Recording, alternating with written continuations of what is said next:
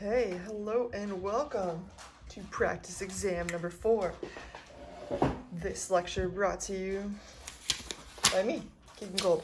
Alright, so we're just going to go through this relatively quickly. I don't know if you can hear my dog on cue is eating in the background. My kids on cue are playing like crazy and it should be fun, so let's do this. Okay, question number 1, it says aluminum chloride and lead 2 nitrate react in a double displacement reaction. That means we got 2 ionic compounds and the anions are going to switch. It says write and balance the reaction, and then it asks for the coefficient in front of the solid. So we have to do several different things. First, we have to know aluminum chloride.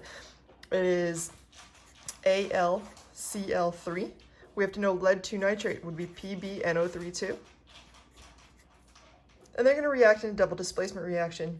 So the anions are going to switch. The chloride and the nitrate are going to switch. So here we'll have AlCl3 plus this lead 2 nitrate. And it's important to look at the names, not the numbers, otherwise you'll get them mixed up. So we're taking aluminum chloride and lead 2 nitrate to make aluminum nitrate, which would be AlNO3, 3, and lead 2 chloride, PbCl2. It says, what is the coefficient in front of the precipitate or the solid? So the precipitate's going to be the thing that is not soluble. So unfortunately, I didn't print out a chart. I wasn't thinking very clearly. But if you look at the solubility rules, which you should have getting close to memorized, solubility,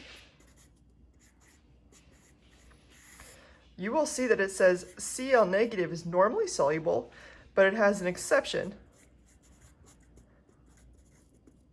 when it's with lead 2 ion. That makes it a solid. So this is going to be the solid. So we're looking for the coefficient in front of this thing. Now first we have to balance this reaction. Kind of going from left to right, I like to see what's going to happen. Aluminum, I got 1 and 1, so I won't be touching aluminum. But over here for my chlorine or my chloride, I have 3 and I have 2. Immediately that tells me that I'm going to have probably some kind of multiple of 6. So I'm going to put a 2 here and a 3 here, and that gives me 6 chlorides on each side. Now I can continue moving left to right because I've changed the number of lead. So over here I have 3 leads. So over here I'm going to also want 3 leads. And then we go to nitrate. Over here now I have 6 nitrate, and over here I'm going to want 6 nitrate. When I do that, I change the number of aluminum. I go back here and see that I already have that number of aluminum. So this is how we would go and balance this reaction. Our answer ends up being 3 because I simply asked for the coefficient. Nothing else, simply the number. All right, number 2.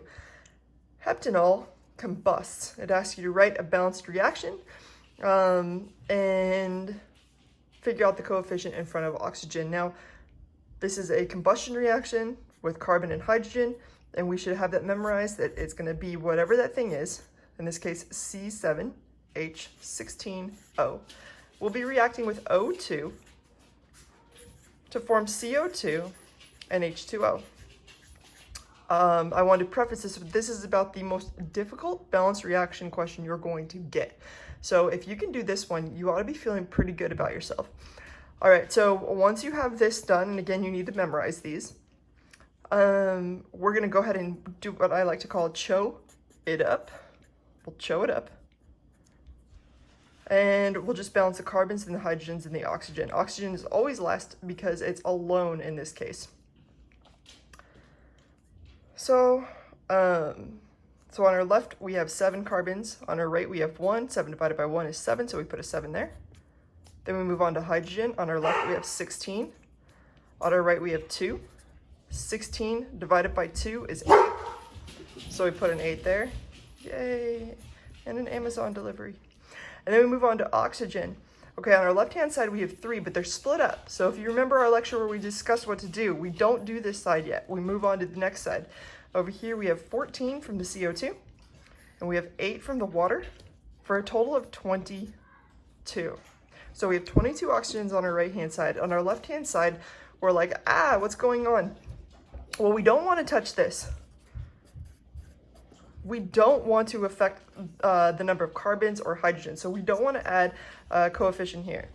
Instead, let's look at this one. So we know that this one would contribute 1 oxygen because it says there's just 1, plus some other number must add up to equal 22. Well, what must this be? Well, 1 plus something equals 22. That something must be 21. So we need 21 oxygens to come over here. But there's 2. So essentially we're taking 21 over 2, or 10.5 oxygens, so 10.5 O2s, which would give you a total of 21 oxygen from this thing. 21 plus 1 would give you 22. Now it's balanced, but are we happy with this? The answer is no. We want to get rid of our halvesies. So we're going to go through and multiply all of these by 2. And then we'll have 2 C7H16O plus 21 O2 yielding 14 CO2 and 16 water. It asks for the coefficient in front of the oxygen, and that coefficient is 21. Now moving on, ethanol. This would be less difficult than this. This kind of incorporates every single thing that you learned in the balancing of combustion reactions section. Okay, so now we're looking at ethanol, C2H6O. And it asks which element is reduced. Well, the beautiful thing about oxidation reduction reactions is that the coefficients don't play into anything, so we actually don't even have to balance it, but we're going to because we could probably use the extra practice. And this maybe will fill in some gaps you might have had from the previous problem. All right, so we CHO it up. Again, it's a combustion reaction, so we react it with O2 to form CO2 and H2O. I have 2 carbons on my left. I've got 1 on my right. 2 divided by 1 is 2, so I put a 2 there. Move on to the hydrogens. I have 6 on my left. I have 2 on my right. 6 divided by 2 is 3, so I put a 3 there. Now I move on to the oxygen. Again, it's split into 2 different parts, so I'm not going to do that one first. I'm going to move over here. Here we have 2 CO2, so that gives us 4, plus 3 from the water, for a total of 7 oxygens on my right-hand side. Then I look at my left-hand side. I don't want to affect this one, so this is going to give me 1 plus something coming from this one must add up to equal 7. So what must that something be? 6. How do I get 6 oxygens from this? I put a 3 there. Then that gives me 6 oxygens plus this one will give me a total of 7, and that thing is balanced. Again, totally pointless, but still fun. Okay, so now I'm going to get an extra piece of paper just to make sure we have plenty of room to write what I want to write. Because the overall question was which element combusts in this reaction. Again, you didn't have to balance it at all. But if we take C2H6O and we react it with 3O2 to form 2 CO2 and 3 waters, and we want to know what's reduced. If you remember, the first thing that we should do whenever we're doing a redox reaction is we should look for the thing that has a 0 oxidation state. So that's the thing that's paired by itself or is all alone. As I go through here, I see one thing that's paired by itself and all alone. I get really excited, woohoo, and I put a 0 there. That was fun, right? Now you can go through and do the rest. We just got to figure out the oxidation state for all of these things. Carbon, we don't know yet. We'll get there, but we know hydrogen is +1. We know oxygen is -2. Here it's 0. Over here it's -2. There's 2 oxygens, so 2 times -2 would be -4 coming from the oxygen, telling you carbon must be +4. Move on to the water over here. The hydrogen has to be +1 from the oxidation rules, and my oxygen over here has to be -2. Again, these are the oxidation numbers. If you're missing that section, you can go back and read about it. Okay, so now we're looking for the oxidation number of carbon here, just to see what's going on, even though I already see my answer. So to figure out the oxidation number of carbon, we know that 2 carbons plus 6 hydrogens plus 2 oxygens must add up to equal 0 because the overall charge of this compound is 0. That means 2 carbons plus 6 times +1, because hydrogen must be +1 in a compound, plus 2 times -2, because oxygen is almost always -2, must add up to equal 0. If you did a little bit of math here, you would find out that carbon equals -2. It has to, algebraically. All right, so now it says what was reduced. Let's go through and do it. And in fact, we'll do reduced, oxidized, and all of the above. So as we look at carbon, carbon here went from a -2 on this side to a +4. That went up, right? That means carbon was oxidized. Oxidized means it went up. Reduced means it went down, and hopefully that makes some sense. So we're looking for the thing that went down. Here we have hydrogen is +1 and +1 on both sides. It stayed the same. It wasn't even affected. It wasn't oxidized or reduced. But oxygen went from -2 here to -2. But over here is a 0, and then -2 and -2. Oxygen went from 0 to -2. Doesn't matter if it did it on one part or not another part. Did it do it at all? Here it went from a 0. Over here it's -2. That's why oxygen was reduced. Now I could ask you for the oxidizing agent. The oxidizing agent would be the thing that was added to make something be oxidized. In other words, what was reduced? The thing that was reduced was oxygen, and oftentimes you'll see it as the whole compound written, which was O2. In other words, we added O2 to make this thing be oxidized. The reducing agent, you can think of agent as opposite, so reducing opposite would be oxidized. You're asking what was oxidized. You can put carbon, or oftentimes you'll put the entire thing containing that carbon that was added. C2H6O. Note that the agents, you're always talking about reactants. I don't know why I write reactant. You're always talking about reactants. You're talking about the things over here, not over here. These are the things that you add it together to get something to be oxidized or reduced over here. Okay, so overall, your answer to this question of what is reduced, if you went through right away and you could look, you'd go through and assign the oxidation state right away, I'd say that's 0, -2, -2. Hey, oxygen was reduced. All right, the next question. Will a reaction of aluminum chloride occur with iodine? Let's go ahead and write it out real quick and we'll see what we're thinking about. AlCl3 plus iodine, which is a diatomic element. And you want to know essentially, will this even occur? Well, when we have a single displacement, where it's an ionic compound plus something that's an element, so any ionic compound plus one single element will be a single displacement reaction. We have to look at the reactivity series, and we have to see what's more reactive than what. Well, here you got to ask what's going to be switching. We have aluminum chloride and iodide. Iodide is a nonmetal, chloride is a nonmetal, and aluminum is a metal. So the only thing that's going to be switching is going to be these nonmetals. So either we'll be forming aluminum iodide and chlorine, or we won't. To figure out if it's going to form, we think about freaking Claire bringing that ice. Freaking Claire brought ice. This is the same order that's on the periodic table. And this tells us what's more reactive. If you remember, we're talking about fluorine wanting a buddy the most, followed by chlorine, bromine, and iodine. So now let's go over here. Here we have aluminum and chloride together. Who wants a buddy more, chloride or iodide? Hopefully you're thinking chloride wants a buddy more because it's higher on the list. And you'd be right. Does chloride already have a buddy? If it already has a buddy, Cl already has buddy, it has no reason for the reaction to occur. Won't occur. And that is your answer for that one. All right, moving on to question number 5.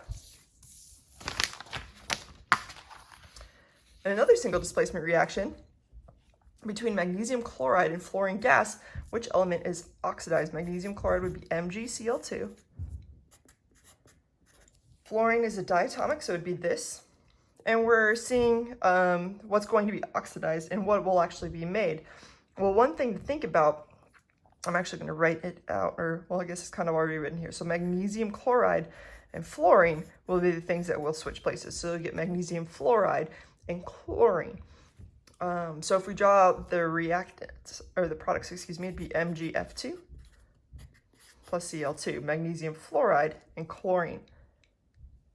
But we'd also want to make sure this reaction would occur. I can see, I've seen myself and I've seen other people put questions like this on there where one of the choices is the reaction won't occur.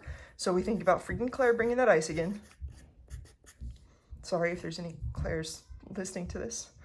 You're phenomenal. No, that doesn't work. Fun, Claire. Claire, you're so fun. Okay. So we ask ourselves if this reaction will occur. What's higher in the list, chlorine or fluorine? Fluorine's higher. It wants a buddy. If you're looking over here, does it currently have a buddy? It doesn't. It's all alone or paired with itself, and that's why the reaction will occur. So yes, the reaction will first occur. Next, the question is which element is oxidized? Well, here's a really simple way of doing it. Go through and find your zeros first. Get excited.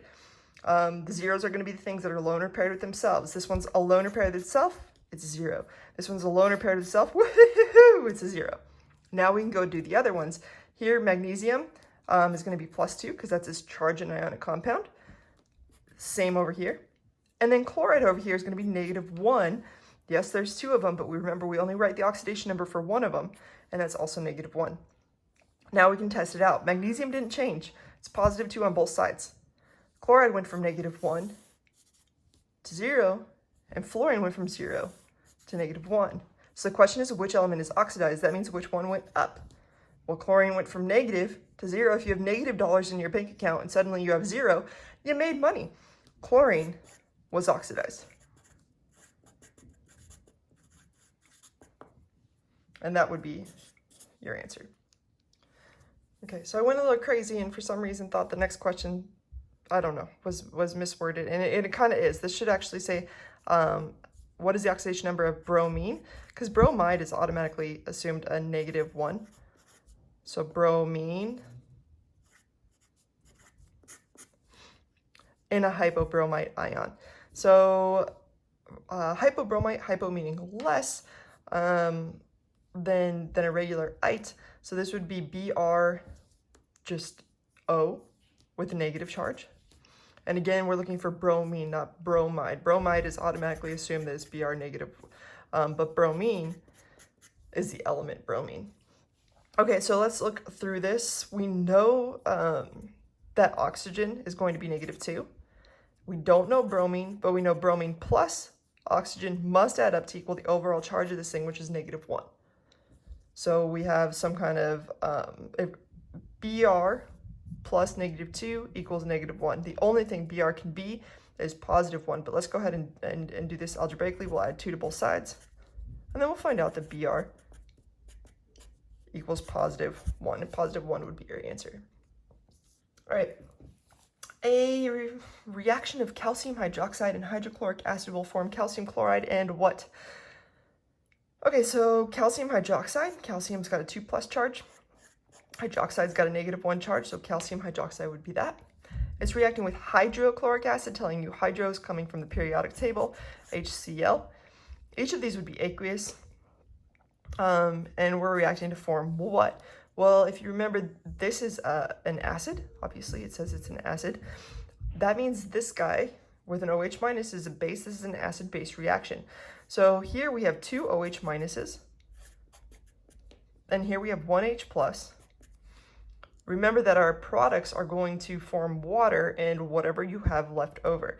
So in this case, we've got an OH minus and an H plus. That's 1 water, but we have an extra OH minus telling you we have to balance with an extra H plus to form 2 waters.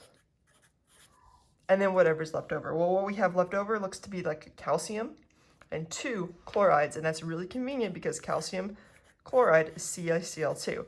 It already told us that we get calcium chloride, so we're good there. And this other product that we have is simply water or H2O. Remember, your exam will be multiple choice, so you don't have to worry about that kind of input. Do pay attention, though, to what we formed. Questions that I might have asked instead, let's just do it for fun. What if I said calcium hydroxide and chloric acid, which would be HClO3? And they say, what do you form there? Same principle, we have 2 hydroxides, so we need 2 acids, so we put a 2 in front of that H. And now you'll get 2 waters But what else do you get? Well, you get calcium chlorate, and that's CaClO3, 2. So if you didn't understand this, go back, figure it out, go back to the original location in the worksheets where we talk about acid-base reactions, and make sure you understand this, because I can see something like that coming up. Number 8, just because it's not something we've talked about a lot, ammonium. Ammonium is NH4 positive. It's one of the very few polyatomic ions that had a plus charge on there that we had to look at. So it's NH4 positive. Phosphide, ide, telling you it's coming from the periodic table, is P3 negative. So how many ammoniums do I need to cancel out this? Hopefully you're saying 3, and you'd be right. NH4, 3, P would be ammonium phosphide. Now this should look kind of weird to you because A, you don't normally see a polyatomic ion starting something. That's because you always put the cation first, and then the anion in an ionic compound. So go cation and then anion. Another thing you should be looking at is, if you look at this, this is a non-metal, non-metal, non-metal. So generally when you have non-metals, you want to say it's a molecular compound, but this is actually an ionic compound, and you know it's ionic because it's ammonium, and ammonium is a cation. So again, it's something I want to throw out there just so you started getting used to it. I saw it in Gen Chem a lot lately, and I thought I wanted to make sure that you guys are pretty aware of that. All right, so that should be it. I hope you guys rock this exam like I know you will, and have a great day.